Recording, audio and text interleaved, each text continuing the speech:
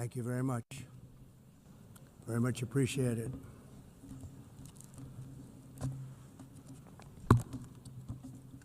And I don't mind making this speech without a teleprompter, because the teleprompter is not working. I feel very happy to be up here with you nevertheless, and that way you speak more from the heart. I can only say that whoever's operating this teleprompter is in big trouble.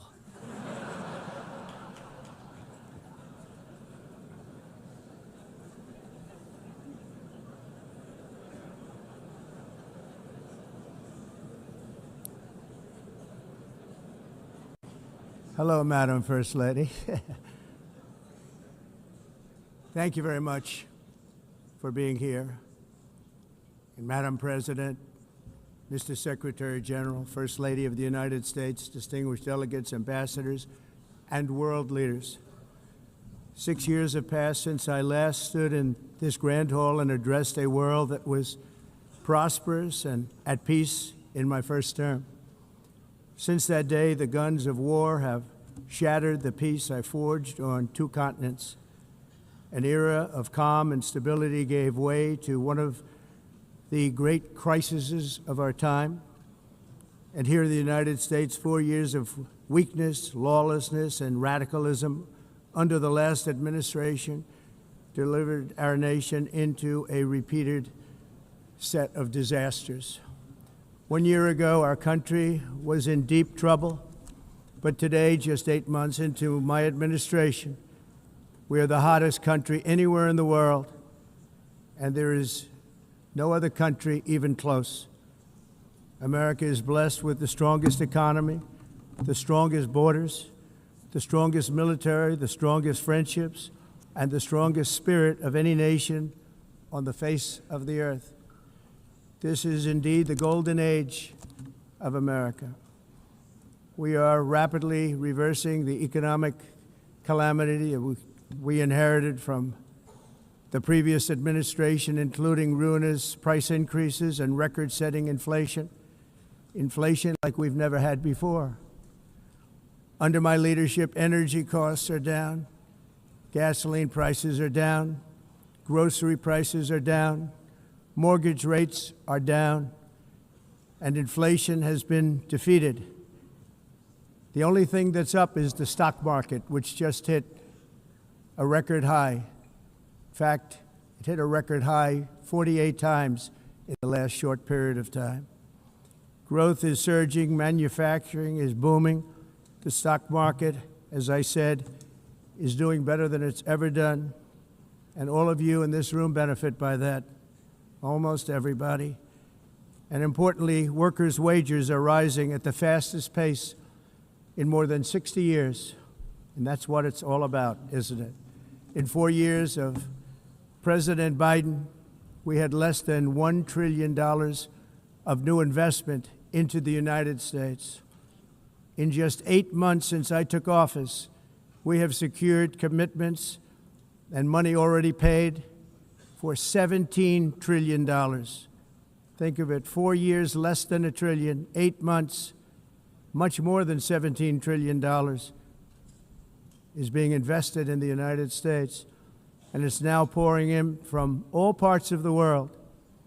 We've implemented the largest tax cuts in American history and the largest regulation cuts in American history, making this once and again the best country on earth to do business. And many of the people in this room are investing in America, and it's turned out to be an awfully good investment during this 8-month period. In my first term, I built the greatest economy in the history of the world. We had the best economy ever, history of the world. And I'm doing the same thing again, but this time it's actually much bigger and even better. The numbers far surpass my record-setting first term. On our southern border, we have successfully repelled a colossal invasion. And for the last 4 months, and that's 4 months in a row, the number of illegal aliens admitted and entering our country has been 0. Hard to believe. because if you look back just a year ago, it was millions and millions of people pouring in from all over the world, from prisons, from mental institutions, drug dealers. All over the world they came. They just poured into our country with the ridiculous open border policy of the Biden administration. Our message is very simple. If you come illegally into the United States, you're going to jail, or you're going back to where you came from, or perhaps even further than that. You know what that means. I want to thank the country of El Salvador for the successful and professional job they've done in receiving and jailing so many criminals that entered our country. And it was under the previous administration that the number became record-setting, and they're all being taken out. We have no choice. And other countries have no choice, because other countries are in the exact same situation with immigration. It's destroying your country, and you have to do something about it. On the world stage, America is respected again like it has never been respected before. You think about 2 years ago, 3 years ago, 4 years ago, or 1 year ago, we were a laughingstock all over the world. At the NATO summit in June, virtually all NATO members formally committed to increase defense spending at my request from 2% to 5% of GDP, making our alliance far stronger and more powerful than it was ever before. In May, I traveled to the Middle East to visit my friends and rebuild our partnerships in the Gulf and those valued relationships with Saudi Arabia, Qatar, and the UAE, and other countries are now, I believe, closer than ever before. My administration has negotiated one historic trade deal after another, including with the United Kingdom, the European Union, Japan, South Korea, Vietnam, Indonesia, the Philippines, Malaysia, and many, many others. Likewise, in a period of just 7 months, I have ended 7 unendable wars. They said they were unendable. You're never going to get them solved. Some were going for 31 years, 2 of them, 31, think of it, 31 years. One was 36 years. One was 28 years. I ended 7 wars. And in all cases, they were raging with countless thousands of people being killed. This includes Cambodia and Thailand, Kosovo and Serbia, the Congo and Rwanda, a vicious, violent war that was, Pakistan and India, Israel and Iran, Egypt and Ethiopia, and Armenia and Azerbaijan. It included all of them. No president or prime minister, and for that matter, no other country has ever done anything close to that. And I did it in just 7 months. It's never happened before. There's never been anything like that. I'm very honored to have done it. It's too bad that I had to do these things instead of the United Nations doing them. And sadly, in all cases, the United Nations did not even try to help in any of them. I ended 7 wars, dealt with the leaders of each and every one of these countries, and never even received a phone call from the United Nations offering to help in finalizing the deal. All I got from the United Nations was an escalator that on the way up stopped right in the middle. If the First Lady wasn't in great shape, she would have fallen, but she's in great shape. We're both in good shape. We both stood. And then a teleprompter that didn't work. These are the 2 things I got from the United Nations, a bad escalator and a bad teleprompter. Thank you very much. And by the way, it's working now. It just went on. Thank you. I think I should just do it the other way. It's easier. Thank you very much. I didn't think of it at the time because I was too busy working to save millions of lives. That is the saving and stopping of these wars. But later I realized that the United Nations wasn't there for us. They weren't there. I thought of it really after the fact, not during these negotiations, which were not easy. That being the case, what is the purpose of the United Nations? The UN has such tremendous potential. I've always said it. It has such tremendous, tremendous potential, but it's not even coming close to living up to that potential. For the most part, at least for now, all they seem to do is write a really strongly worded letter and then never follow that letter up. It's empty words, and empty words don't solve war. The only thing that solves war and wars is action. Now, after ending all of these wars and also earlier negotiating the Abraham Accords, which is a very big thing for which our country received no credit, never receives credit. Everyone says that I should get the Nobel Peace Prize for each one of these achievements. But for me, the real prize will be the sons and daughters who live to grow up with their mothers and fathers, because millions of people are no longer being killed in endless and unglorious wars. What I care about is not winning prizes, it's saving lives. We saved millions and millions of lives with the 7 wars. And we have others that we're working on, and you know that. Many years ago, a very successful real estate developer in New York, known as Donald.J.Trump, I bid on the renovation and rebuilding of this very United Nations complex. I remember it so well. I said at the time that I would do it for $500 million, rebuilding everything. It would be beautiful. I used to talk about, I'm going to give you marble floors. They're going to give you terrazzo. I'm going to give you the best of everything. You're going to have mahogany walls. They're going to give you plastic. But they decided to go in another direction, which was much more expensive at the time, and which actually produced a far inferior product. And I realized that they did not know what they were doing when it came to construction, and that their building concepts were so wrong, and the product that they were proposing to build was so bad and so costly. It was going to cost them a fortune. And I said, and wait till you see the overruns. Well, I turned out to be right. They had massive cost overruns and spent between $2 and $4 billion on the building and did not even get the marble floors that I promised them.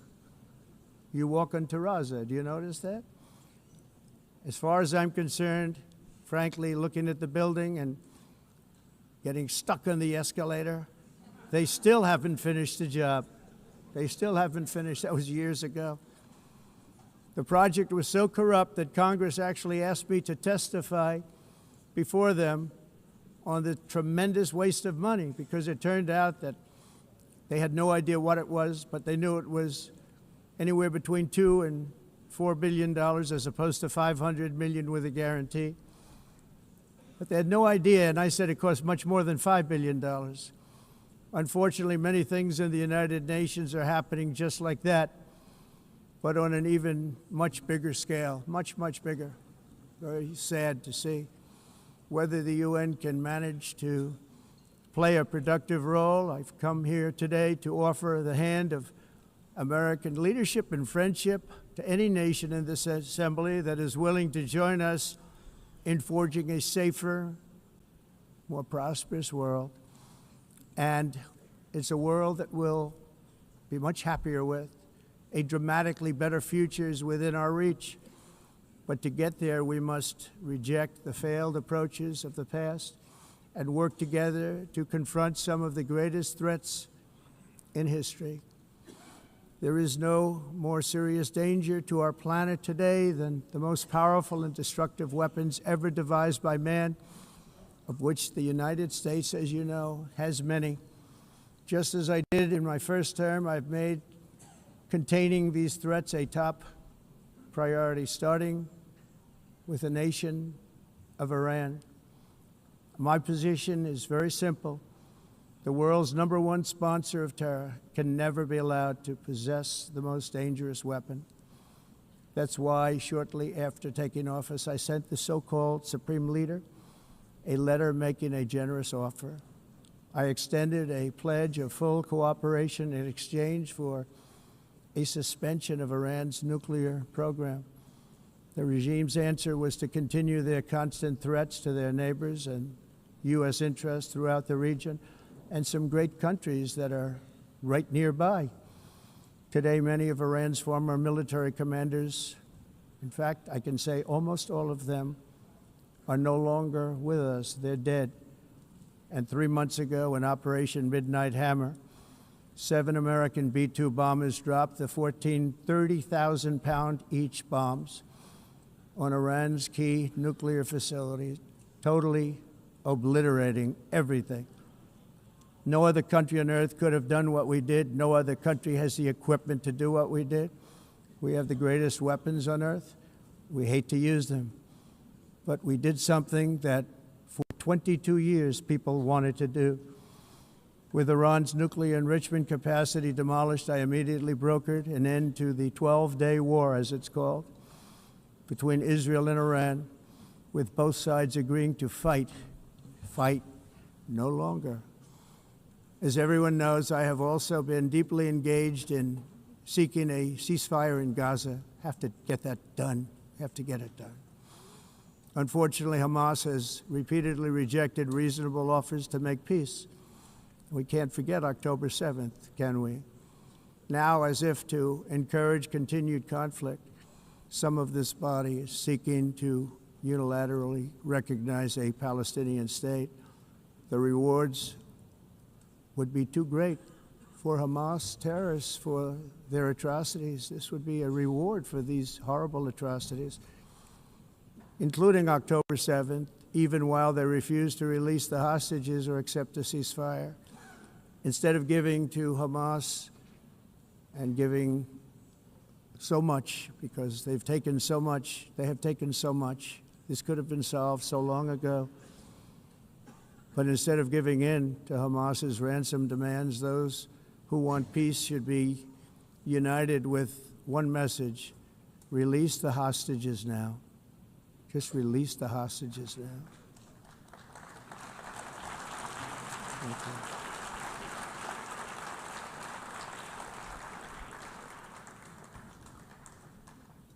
Thank you. As we have got to come together, and we will come together, got to get it done. We have to stop the war in Gaza immediately. We have to stop it. We have to get it done. We have to negotiate, immediately have to negotiate peace. We got to get the hostages back. We want all 20 back. We don't want 2 and 4. As you know, I got, along with Steve Witkoff and others that helped us, Marco Rubio, we got most of them back. We were involved in all of them. But I always said the last 20 are going to be the hardest, and that's exactly what happened. We have to get them back now. We don't want to get back 2, and then another 2, and then 1, and then 3. Have this process. No, we want them all back, and we want the actually 38 dead bodies back too. Those parents came to me, and they want them back, and they want them back very quickly and very badly, as though they were alive. They want them. They want them every bit as much as if their son or daughter were alive. I've also been working relentlessly, stopping the killing in Ukraine. I thought that would be, of the 7 wars that I stopped, I thought that would be the easiest because of my relationship with President Putin, which had always been a good one. I thought that was going to be the easiest one. But you know, in war, you never know what's going to happen. There are always lots of surprises, both good and bad. Everyone thought Russia would win this war in 3 days.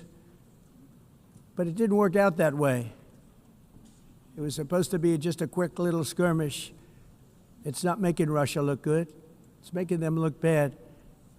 No matter what happens from here on out, this was something that should have taken a matter of days, certainly less than a week. And they've been fighting for 3.5 years and killing anywhere from 5,000 to 7,000 young soldiers, mostly soldiers, on both sides, every single week, from 5,000 to 7,000 dead young people, and some in cities, much smaller numbers, where rockets are shot, where drones are dropped. This war would never have started if I were president. This was a war that should have never happened. It shows you what leadership is, what bad leadership can do to a country. Look what happened to the United States, and look where we are right now in just a short period of time. The only question now is how many more lives will be needlessly lost on both sides. China and India are the primary funders of the ongoing war by continuing to purchase Russian oil. But inexcusably, even NATO countries have not cut off much Russian energy and Russian energy products, which, as you know, I found out about 2 weeks ago, and I wasn't happy. Think of it. They're funding the war against themselves. Who the hell ever heard of that one? In the event that Russia is not ready to make a deal to end the war, then the United States is fully prepared to impose a very strong round of powerful tariffs, which would stop the bloodshed, I believe, very quickly. But for those tariffs to be effective, European nations, all of you are gathered here right now, would have to join us in adopting the exact same measures. I mean, you're much closer to this. We have an ocean in between. You're right there. And Europe has to step it up. They can't be doing what they're doing. They're buying oil and gas from Russia while they're fighting Russia. It's embarrassing to them, and it was very embarrassing to them when I found out about it, I can tell you that. They have to immediately cease all energy purchases from Russia. Otherwise, we're all wasting a lot of time. So I'm ready to discuss this. We're going to discuss it today with the European nations, all gathered here. I'm sure they're thrilled to hear me speak about it, but that's the way it is. I like to speak my mind and speak the truth. As we seek to reduce the threat of dangerous weapons today, I'm also calling on every nation to join us in ending the development of biological weapons once and for all. And biological is terrible, and nuclear is even beyond, and we include nuclear in that. We want to have a cessation of the development of nuclear weapons. We know, and I get to view it all the time. Sir, would you like to see? And I look at weapons that are so powerful that we just can't ever use them. If we ever use them, the world literally might come to an end. There would be no United Nations to be talking about. There would be no nothing. Just a few years ago, reckless experiments overseas gave us a devastating global pandemic. Yet despite that worldwide catastrophe, many countries are continuing extremely risky research into bioweapons and man-made pathogens. This is unbelievably dangerous. To prevent potential disasters, I'm announcing today that my administration will lead an international effort to enforce biological weapons convention, which is going to be meeting with the top leaders of the world by pioneering an AI verification system that everyone can trust. Hopefully the UN can play a constructive role, and it will also be one of the early projects under AI. Let's see how good it is, because a lot of people are saying it could be one of the great things ever, but it also can be dangerous, but it can be put to tremendous use and tremendous good, and this would be an example of that.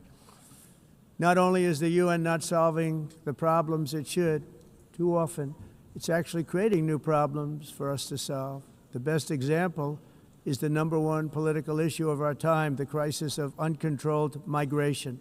It's uncontrolled. Your countries are being ruined. The United Nations is funding an assault on Western countries and their borders. In 2024, the UN budgeted $372 million in cash assistance to support an estimated 624,000 migrants journeying into the United States. Think of that. The UN is supporting people that are illegally coming into the United States, and then we have to get them out. The UN also provided food, shelter, transportation, and debit cards to illegal aliens. Can you believe that? On the way to infiltrate our southern border. Millions of people came through that southern border. Just a year ago, millions and millions of people were pouring in, 25 million altogether over the 4 years of the incompetent Biden administration. And now we have it stopped, totally stopped. In fact, they're not even coming anymore because they know they can't get through. But what took place is totally unacceptable. The UN is supposed to stop invasions, not create them and not finance them. In the United States, we reject the idea that mass numbers of people from foreign lands can be permitted to travel halfway around the world, trample our borders, violate our sovereignty, cause unmitigated crime, and deplete our social safety net. We have reasserted that America belongs to the American people, and I encourage all countries to take their own stand in defense of their citizens as well. You have to do that because I see it. I'm not mentioning names. I see it, and I can call every single one of them out. You're destroying your countries. They're being destroyed. Europe is in serious trouble. They've been invaded by a force of illegal aliens like nobody's ever seen before. Illegal aliens are pouring into Europe. Nobody is ever, and nobody's doing anything to change it, to get them out. It's not sustainable. And because they choose to be politically correct, they're doing just absolutely nothing about it. And I have to say, I look at London, where you have a terrible mayor, terrible, terrible mayor, and it's been so changed, so changed. Now they want to go to Sharia law, but you're in a different country. You can't do that. Both the immigration and their suicidal energy ideas will be the death of Western Europe if something is not done immediately. This cannot be sustained. What makes the world so beautiful is that each country is unique. But to stay this way, every sovereign nation must have the right to control their own borders. You have the right to control your borders, as we do now, and to limit the sheer numbers of migrants entering their countries and paid for by the people of that nation that were there and that built that particular nation at the time. They put their blood, sweat, tears, money into that country, and now they're being ruined. Proud nations must be allowed to protect their communities and prevent their societies from being overwhelmed by people they have never seen before, with different customs, religions, with different everything. Where migrants have violated laws, lodged false asylum claims, or claimed refugee status for illegitimate reasons, they should, in many cases, be immediately sent home. And while we will always have a big heart for places and people that are struggling and truly compassionate, answers will be given. We have to solve the problem, and we have to solve it in their countries, not create new problems in our countries. And we are very helpful to a lot of countries that are just not able to send their people anymore. They used to send them to us in caravans of 25,000, 30,000 people each. These massive caravans of people pouring into our country, totally unchecked and unvetted. But not anymore. According to the Council of Europe, in 2024, almost 50% of inmates in German prisons were foreign nationals or migrants. In Austria, the number was 53% of the people in prisons were from places that weren't from where they are now. In Greece, the number was 54%, and in Switzerland, beautiful Switzerland, 72% of the people in prisons are from outside of Switzerland. When your prisons are filled with so-called asylum seekers who repaid kindness, and that's what they did, they repaid kindness with crime, it's time to end the failed experiment of open borders. You have to end it now. See, I can tell you, I'm really good at this stuff. Your countries are going to hell. In America, we've taken bold action to swiftly shut down uncontrolled migration.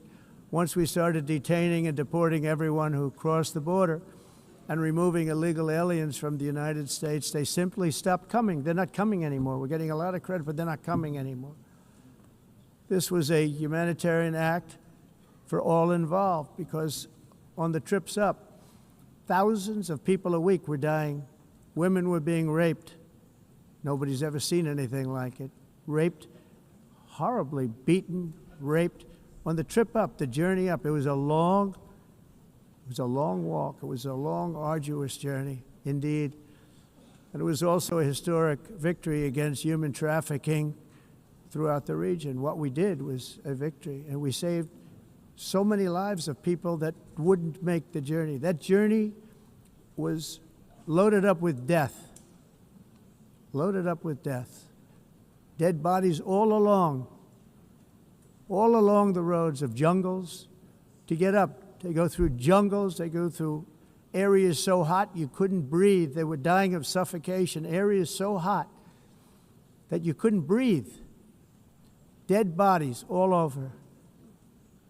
By them not coming, we're saving tremendous numbers of lives.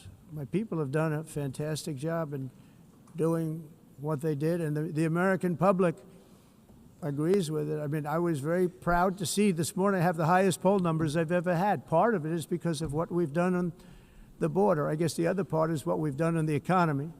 Joe Biden's policies empowered murderous gangs, human smugglers, child traffickers, drug cartels, and prisoners from all over the world. The previous administration also lost nearly 300,000 children. Think of that. They lost more than 300,000 children, little children, who were trafficked into the United States on the Biden watch, many of whom have been raped, exploited, and abused, and sold. Sold.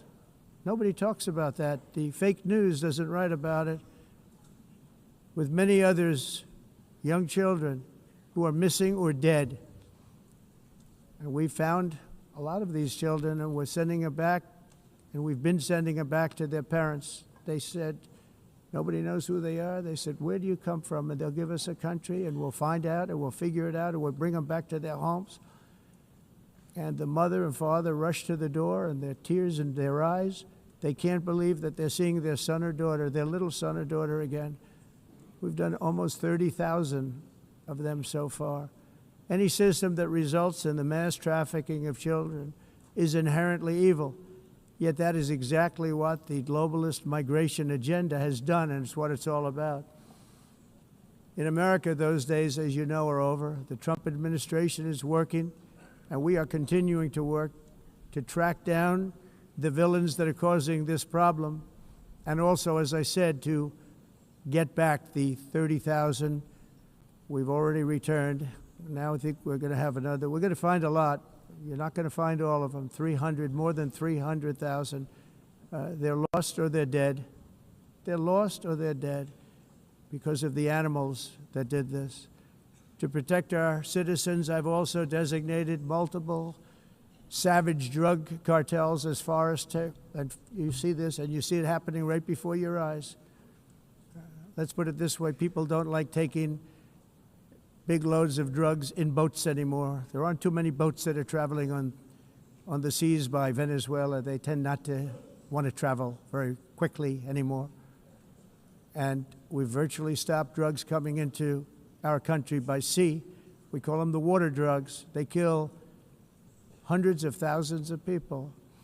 I've also designated multiple savage drug cartels as far as foreign terrorist organizations, along with two bloodthirsty transnational gangs, probably the worst gangs anywhere in the world, MS-13 and Tren de Aragua. Tren de Aragua is from Venezuela, by the way.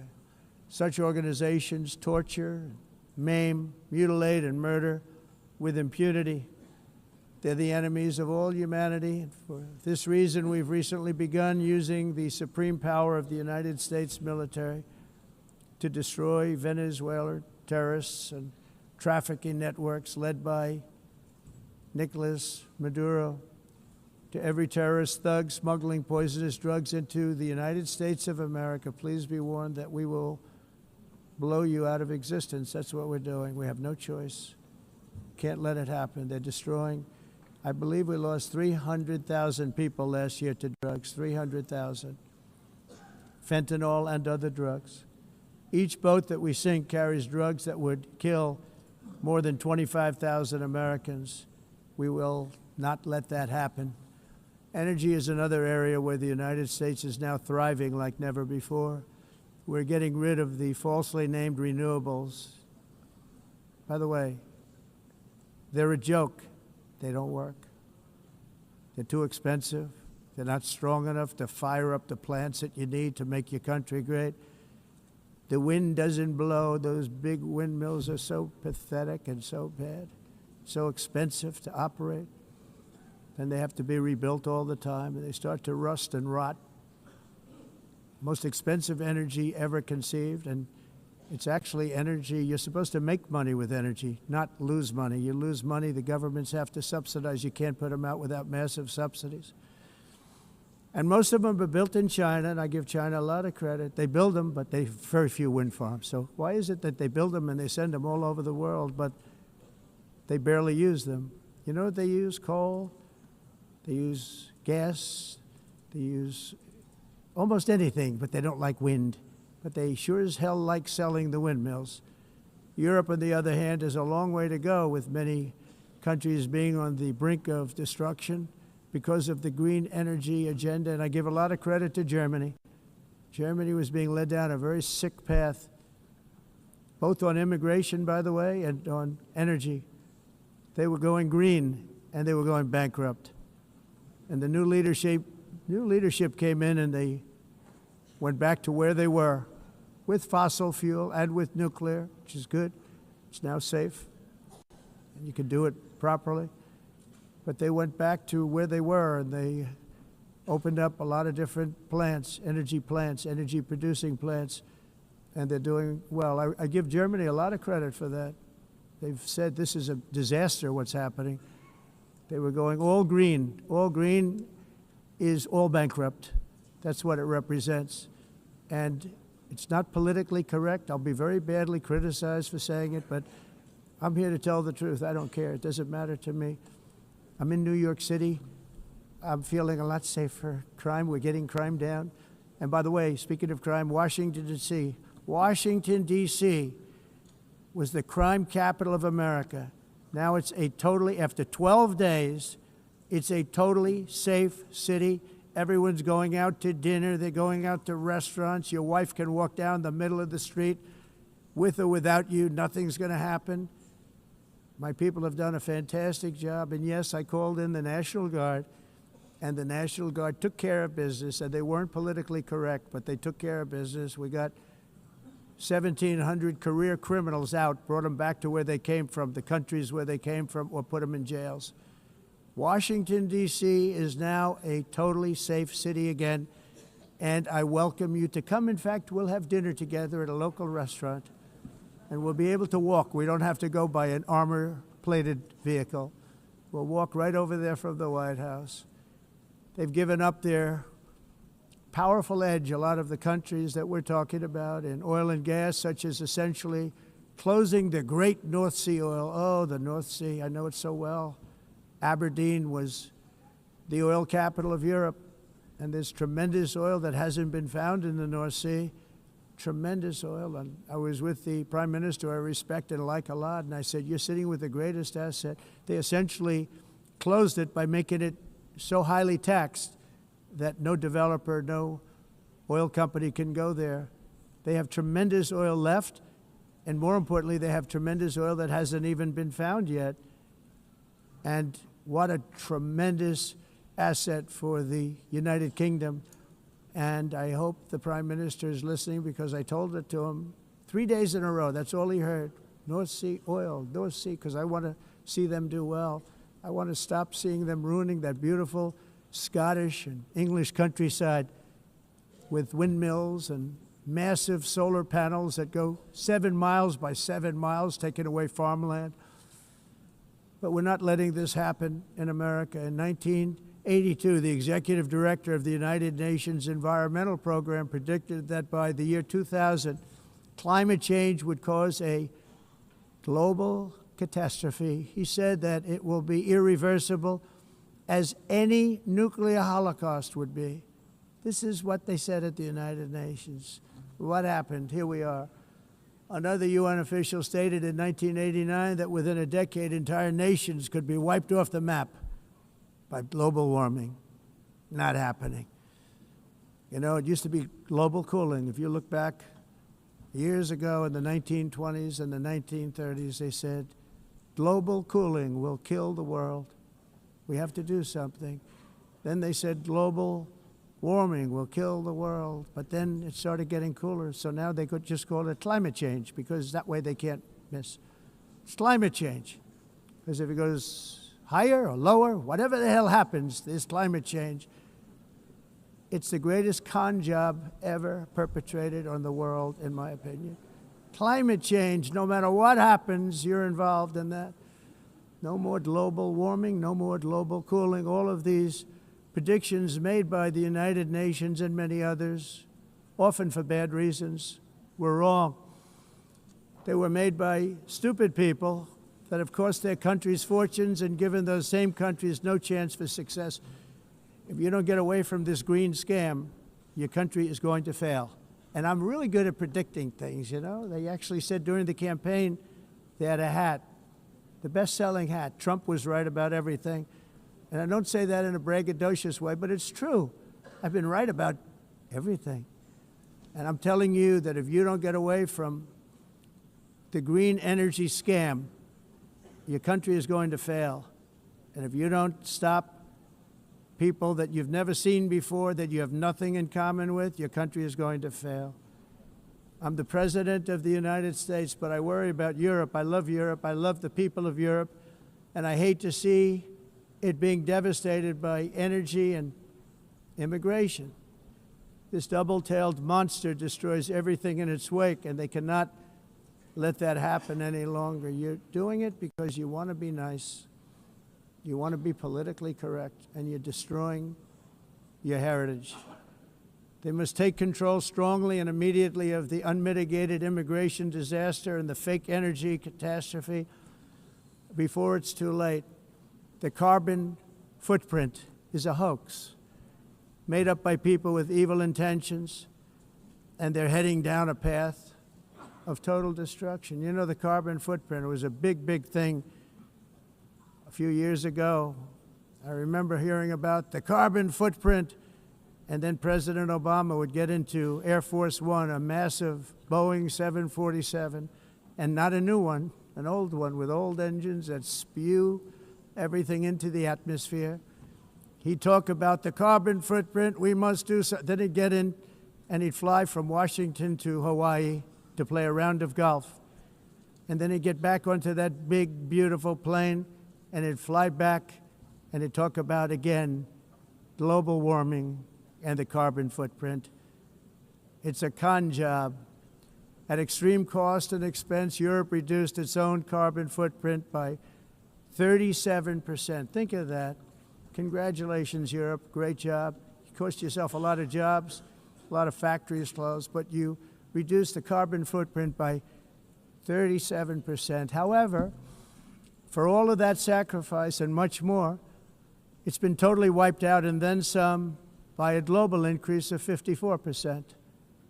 Much of it coming from China and other countries that are thriving around China, which now produces more CO2 than all the other developed nations in the world. So all of these countries are working so hard on the carbon footprint, which is nonsense, by the way. It's nonsense. You know, it's interesting. In the United States, we have still radicalized environmentalists, and they want the factories to stop. Everything should stop. No more cows. We don't want cows anymore. I guess they want to kill all the cows. They want to do things that are just unbelievable, and you have it too. But you know, we have a border, strong, and we have a shape, and that shape doesn't just go straight up. That shape is amorphous when it comes to the atmosphere.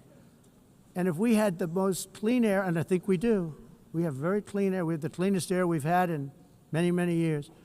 But the problem is that other countries, like China, which has air that's a little bit rough, it blows. And no matter what you're doing down here, the air up here tends to get very dirty because it comes in from other countries where their air isn't so clean. And the environmentalists refuse to acknowledge that. Same thing with garbage. In Asia, they dump much of their garbage right into the ocean. And over about a 1 week and 2 week journey, it flows right past Los Angeles. You've seen it. Massive amounts of garbage, almost too much to do anything about, flowing past Los Angeles, past San Francisco, and then somebody will get in trouble because he dropped a cigarette on the beach. The whole thing is crazy. The primary effect of these brutal green energy policies has not been to help the environment, but to redistribute manufacturing and industrial activity from developed countries that follow the insane rules that are put down to polluting countries that break the rules and are making a fortune. They're making a fortune.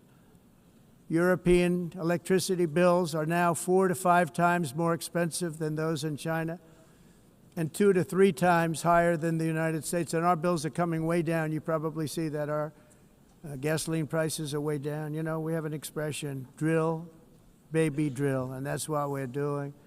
We're going to be much lower in a year from now. But they've come way down over the last year.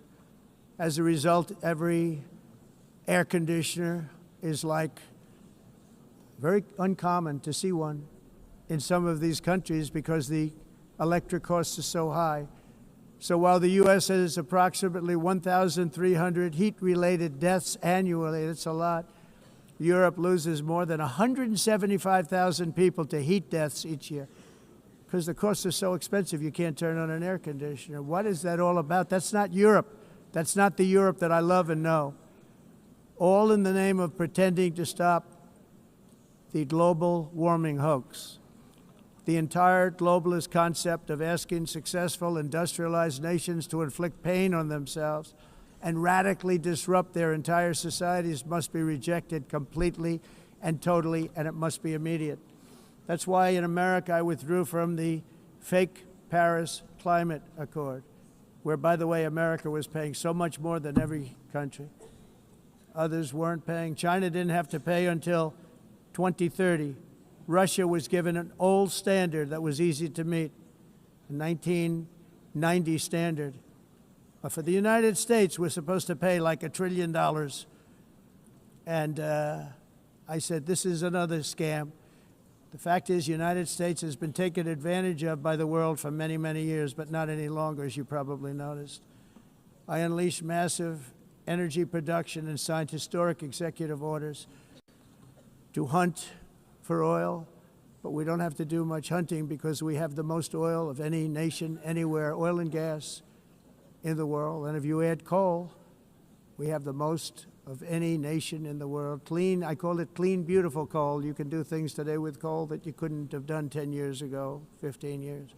So I have a little standing order in the White House. Never use the word coal, only use the words clean, beautiful coal. Sounds much better, doesn't it? But we stand ready to provide any country with abundant, affordable energy supplies if you need them, when most of you do. We're proudly exporting energy all over the world. We're now the largest exporter. In the United States, we want trade and robust commerce with all nations, everybody. We want to help nations. We're going to help nations. But it must also be fair and reciprocal. The challenge with trade is much the same with climate. The countries that followed the rules, all their factories have been plundered. It's really sad to watch. They've been broken. They've been broken by countries that broke the rules. That's why the United States is now applying tariffs to other countries, and much as these tariffs were for many years applied to us, uncontrollably applied to us. We've used tariffs as a defense mechanism under the Trump administration, including my first term, where hundreds of billions of dollars in tariffs were taken in. And by the way, we had the lowest inflation, and now we have very low inflation. The only thing different is that we have hundreds of billions of dollars flowing into our country. But this is how we will ensure that the system works for everyone and is sustainable into the future. We're also using tariffs to defend our sovereignty and security throughout the world, including against nations that have taken advantage of former U.S. administrations for decades, including the most corrupt, incompetent administration in history, the sleepy Joe Biden administration. Brazil now faces major tariffs in response to its unprecedented efforts to interfere in the rights and freedoms of our American citizens and others, with censorship, repression, weaponization, judicial corruption, and targeting of political critics in the United States. I have a little problem saying this because I must tell you, I was walking in and the leader of Brazil was walking out. We saw him and I saw him, he saw me, and we embraced. And then I'm saying, can you believe I'm going to be saying this in just 2 minutes? But we actually agreed that we would meet next week. We didn't have much time to talk, like about 20 seconds. They were in retrospect, I'm glad I waited because this thing didn't work out too well. But we did talk, we had a good talk, and we agreed to meet next week, if that's of interest. But he seemed like a very nice man, actually. He liked me, I liked him. But if you, and I only do business with people I like. When I don't like them, I don't like them. But we had, at least for about 39 seconds, we had excellent chemistry. It's a good sign. But also in the past, Brazil, can you believe this, unfairly tariffed our nation, but now because of our tariffs, we are hitting them back, and we're hitting them back very hard. As president, I will always defend our national sovereignty and the rights of American citizens. So I'm very sorry to say this, that Brazil is doing poorly and will continue to do poorly. They can only do well when they're working with us. Without us, they will fail, just as others have failed. It's true. Next year, the United States will celebrate the 250th anniversary of our glorious independence, a testament to enduring power and American freedom and spirit. We will also be proudly hosting the 2026 FIFA World Cup, and shortly thereafter, the 2028 Olympics, which is going to be very exciting. I hope you all come. I hope that countless people from all over the globe will take part of these will be great celebrations of liberty and human achievement, and that together we all can rejoice in the miracles of history that began in July 4th, 1776, when we founded the light to all nations. And it's something really that an amazing thing came out of that date. It's called the United States of America. In honor of this momentous anniversary, I hope that all countries who find inspiration in our example will join us in renewing our commitment, values, and those values, really, that we hold so dear together. Let us defend free speech and free expression. Let us protect religious liberty, including for the most persecuted religion on the planet today. It's called Christianity. And let us safeguard our sovereignty and cherish qualities that have made each of our nations so special, incredible, and extraordinary. In closing, I just want to repeat that immigration and the high cost of so-called green renewable energy is destroying a large part of the free world and a large part of our planet. Countries that cherish freedom are fading fast because of their policies on these two subjects. You need strong borders and traditional energy sources if you are going to be great again. Whether you have come from north or south, east or west, near or far, every leader in this beautiful hall today represents a rich culture, a noble history, and a proud heritage that makes each nation majestic and unique, unlike anything else in human history or any other place on the face of the earth. From London to Lima, from Rome to Athens, from Paris to Seoul, from Cairo to Tokyo and Amsterdam to right here in New York City, we stand on the shoulders of the leaders and legends, generals and giants, heroes and titans who won and built our beloved nations, all of our nations, with their own courage, strength, spirit, and skill. Our ancestors climbed mountains, conquered oceans, crossed deserts, and trekked over wide open plains. They charged into thunderous battles, plunged into grave dangers, and they were soldiers and farmers and workers and warriors and explorers and patriots. They built towns into cities, tribes into kingdoms, ideas into industries, and small islands into mighty empires. You're a part of all of that. They were champions for their people who never gave up and who never, ever gave in. Their values defined our national identities. Their visions forged our magnificent destiny. Everybody in this room is a part of it in your own way. Each of us inherits the deeds and the myths the triumphs, the legacies of our own heroes and founders who so bravely showed us the way. Our ancestors gave everything for homelands that they defended with pride, with sweat, with blood, with life, and with death. Now the righteous task of protecting the nations that they built belongs to each and every one of us. So together let us uphold our sacred duty to our people and to our citizens. Let us protect their borders, ensure their safety, preserve their cultures, treasure, and traditions, and fight, fight, fight for their precious dreams and their cherished freedoms. And in friendship and really a beautiful vision, let us all work together to build a bright, beautiful planet, a planet that we all share, a planet of peace and a world that is richer, better, and more beautiful than ever before. That can happen. It will happen. It will happen, and I hope it can happen and start right now, right at this moment. We'll turn it around. We're going to make our countries better, safer, more beautiful. We're going to take care of our people. Thank you very much. It's been an honor. God bless the nations of the world. Thank you very much. Bye.